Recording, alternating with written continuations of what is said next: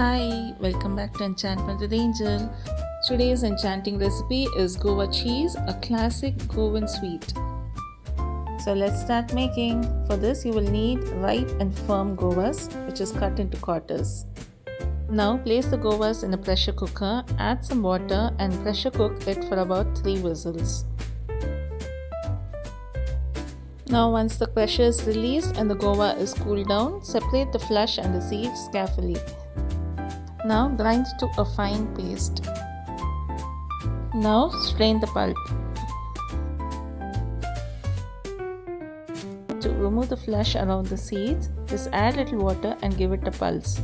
This will help to remove the flesh around the seeds without grinding it. Strain this as well.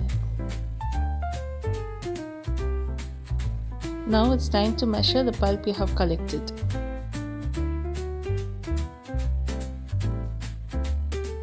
Now for every cup of pulp collected, add an equal amount of sugar. Cook on a medium flame.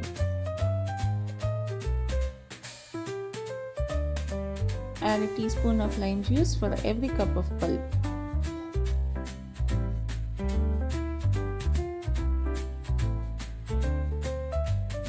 Usually the guava cheese will be in red in color, so you need to add red food coloring, but it's totally optional.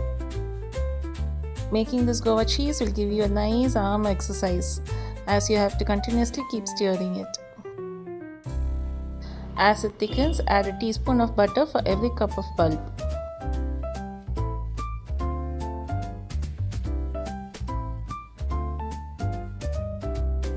When you see the pulp leaving the sides of the pan, now it's time to test if it's done. To check if it's done, take little in a spoon and place it in a bowl of water. And after a minute, if you are able to roll it well without stickiness, it's done.